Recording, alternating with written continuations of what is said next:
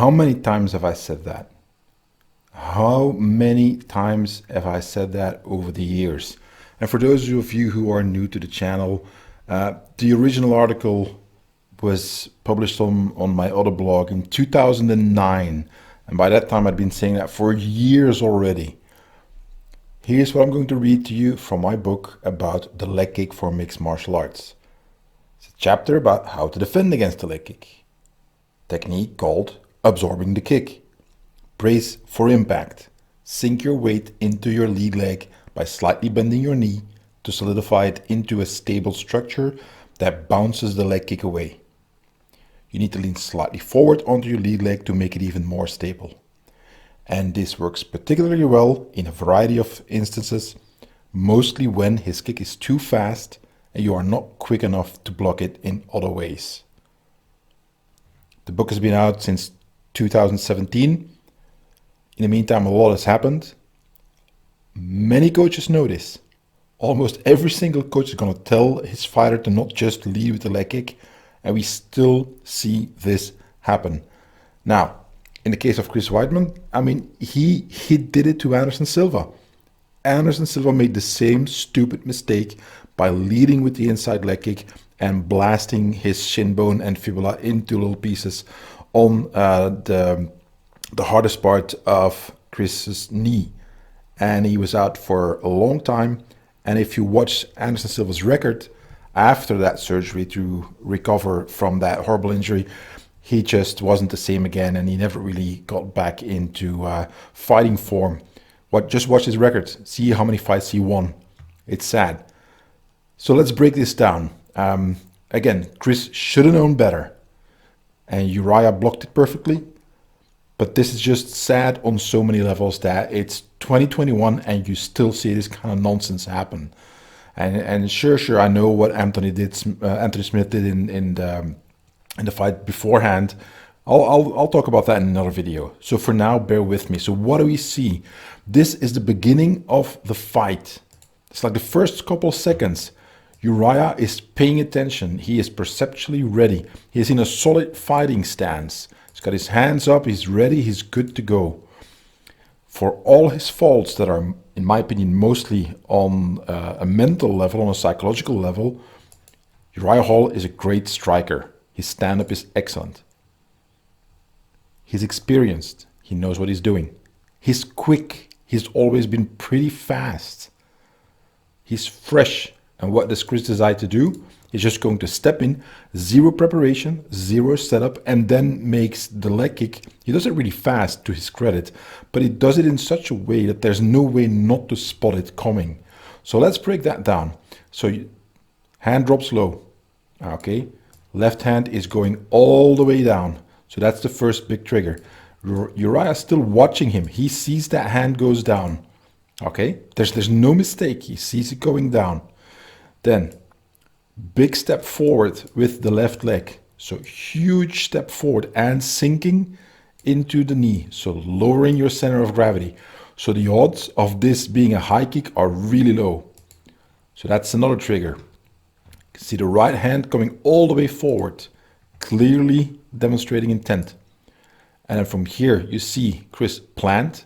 And notice at this stage, Uriah still hasn't done much. So notice how far Chris is along in completing the kick, and Uriah still hasn't done a thing. And now this kick starts coming along. And I want you to watch from here the lead leg and the hips of Uriah Hall. See what he does now. He's going to sink into his lead leg and drive his hips forward and down to solidify this lead leg. And this is what happens right here. So once again, he's in a high stance. He's spotted the kick. He's going to sink down, lean into that lead leg, and brace for impact. And here you see the impact. And this is a horrible injury. I want you to watch the structures. You've got the straightened out back leg, not fully, but more or less straightened out.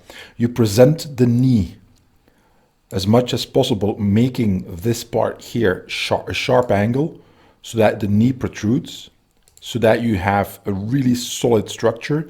That means that the shock wave of that impact is going to go all the way through the support leg, which means the knee doesn't buckle as easily. it will buckle. You will see here on impact, see Uriah's knee here is going to move a little bit, but at that point, Chris's leg is already broken. So here, this is the break, right? Next frame. This is where the leg breaks. The knee hasn't budged. And this is the part where the knee buckles a little bit. You can watch the foot is already broken. The leg is already broken. The foot's coming all the way around, wrapping around Uriah's lower leg. And here you see buckles. But at this stage, you can see that Chris's leg is just totally messed up, right? So this is basics. This is fundamentals. This is basic strategy for the leg kick. You don't lead with it. You have to set it up.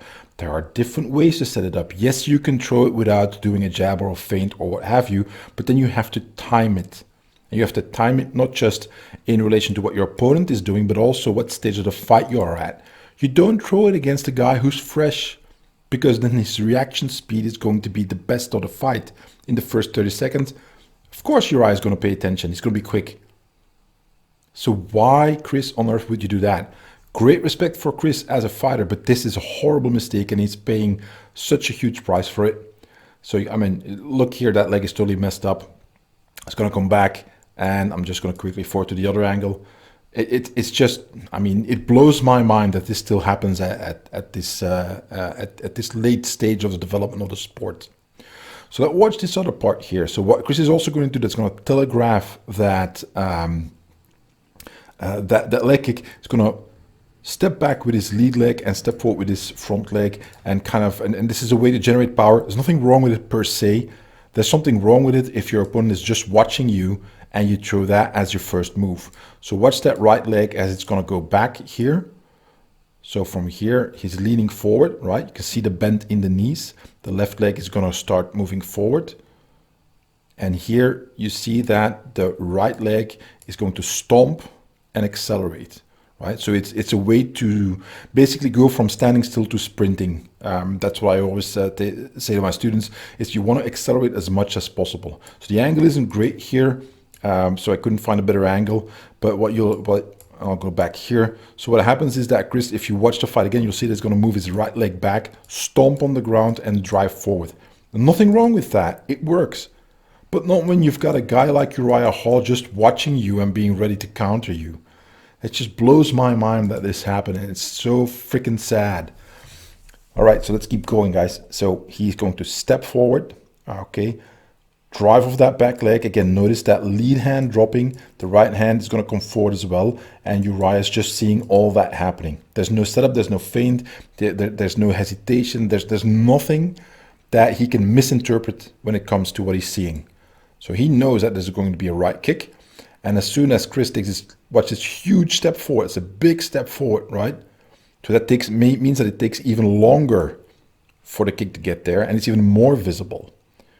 And then the leg comes all the way around. And here, once again, you'll see that Uriah is going to lean into that lead leg, drive his hip forward and down, and all his weight is going to settle on that lead leg.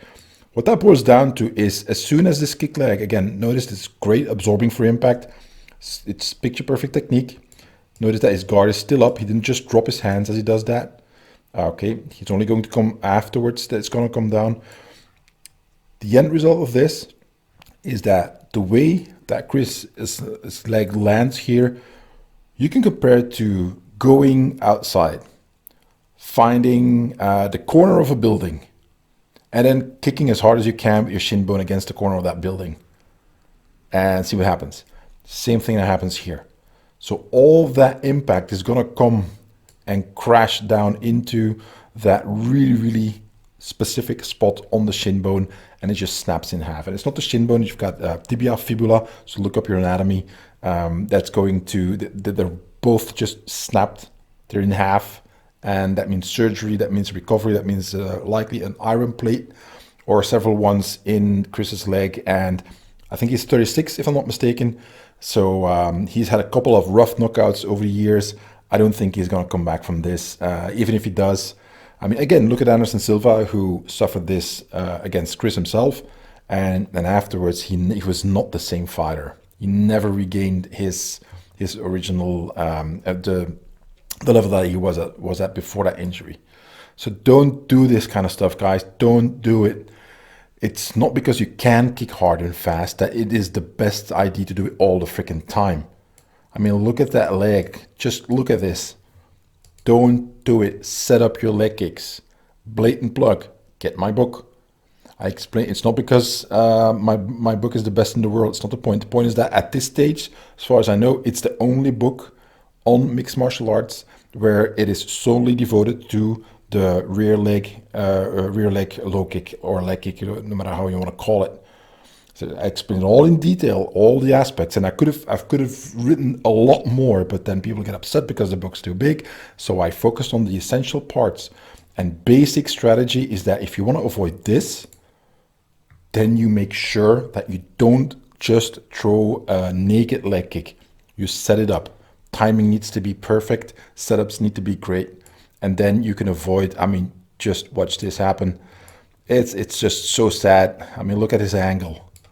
Look at that angle. That is just horrible. And this is a point where Chris is going to realize that he's kind of messed up. Again, a lot of respect for Chris as a fighter. He's a great fighter. We've had a lot of really good fights from him. And nothing that we can say about Uriah here. He just blocked the kick that he saw coming in. It's not necessarily the intent of a fighter to break the other guy's leg when he does that bracing block. But that's one of the possible end results of doing that. What often happens is that the kick, when you land it, that it slides up and goes a little bit higher and slides up toward the hips, and then he can counter that very easily with the right hand if he wants to. But this is kind of the thing that, I mean, a lot of fighters have been targeting really low, either the knee, the side of the knee, or the back of the knee lately, and we saw that with Adesanya versus Paulo Costa, where he was really targeting that. But Adesanya is by far the superior striker when we compare him to Chris here. Again, that's not, trashing Chris. It's just that we can objectively state that Adesanya is a superior striker, and he's extremely precise. And there's nothing wrong with just targeting this small spot behind the knee, but you run the freaking risk of getting blocked like that. High risk, high reward. It's not without risk. Just because Adesanya can pull it off against Costa, who refused to systematically block that kick for whatever reason. He said he was drunk on wine. Okay, whatever. Just because Adesanya got away with that doesn't mean you can. Doesn't mean everybody can. There's always a risk-reward ratio with every single technique on a variety of fronts. It means you can injure yourself, he can counter you. What is the cost? What is the reward? With throwing a naked leg kick, with throwing an unprepared leg kick, a leg kick you don't set up, you don't time for specific reasons. And that's the point, specific reasons, not just any other way you want to do it, not just because you think it might be a good idea, you know why. There's a tactical advantage in throwing the leg kick at that specific moment, then you throw it. Just like you do for every other technique. For your jab, for your cross, for whatever you want to do next. You always need to have a reason. You need to know why you're doing it. And you do that in training. You drill it. You keep on training with your coach, and he's going to tell you, don't do it, do this. This is a bad idea. Look at the angle, look at the distance, look at what your position is. You don't want to throw the right hand from here. I want you to take a step to the left first, and then you can throw the right hand. And you drill that, and it makes sense. Same thing for the leg kick. All right, I'm going to stop ranting now. Again, so sad to see Chris end up injured like that. I think it's going to be pretty much end of the career for him, which is a really sad way to go out. Obviously, the guy's got a lot of heart, so he might come back from this and try to recover. But I'm afraid that, I mean, this is a catastrophic injury that is going to sideline him for a long time. And then eventually he, again, a lot of guys aren't the same after suffering such an injury. So that's it. Okay, leave it at that. I've got a bunch more videos to come up from UFC 261. It was a great card. Be on the lookout for those. As always, you can support me by going on to the Patreon, where I post some exclusive content, and obviously check out the website.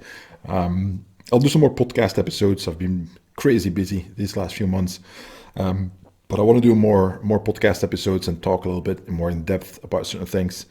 And as always, if you want to help the channel grow, just share this with your fellow MMA lovers and enthusiasts so that we can make the channel grow and get even more good stuff out there. All right, that's it, guys. Take care.